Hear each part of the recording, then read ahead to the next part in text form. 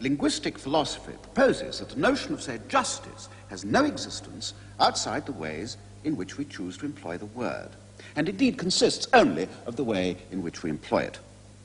In other words, that ethics is not the inspiration of our behavior, but merely the creation of our utterances.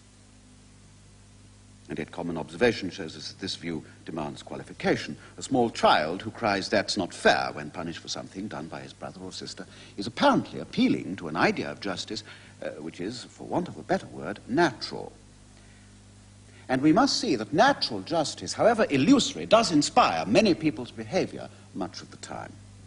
As an ethical utterance, it seems to be an attempt to define a sense of rightness which is not simply derived from some other utterance elsewhere.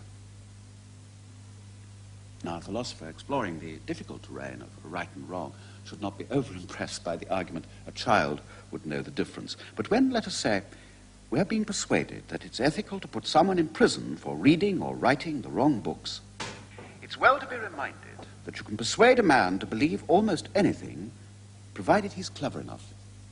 But it's much more difficult to persuade someone less clever. There's a sense of right and wrong which precedes utterance. It is individually experienced, and it concerns one person's dealings with another person. From this experience, we've built a system of ethics which is a sum of individual acts of recognition of individual right. Now, if this is so, the implications are serious for a collective or state ethic which finds itself in conflict with individual rights and seeks, in the name of the people, to impose its values on the very individuals who comprise the state.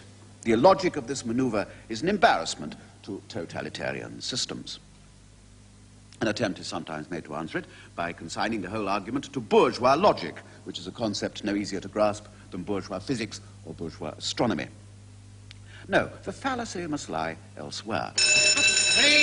Prosím, budova hoří, všichni ven, jeden za druhým. Fire! Leave quietly.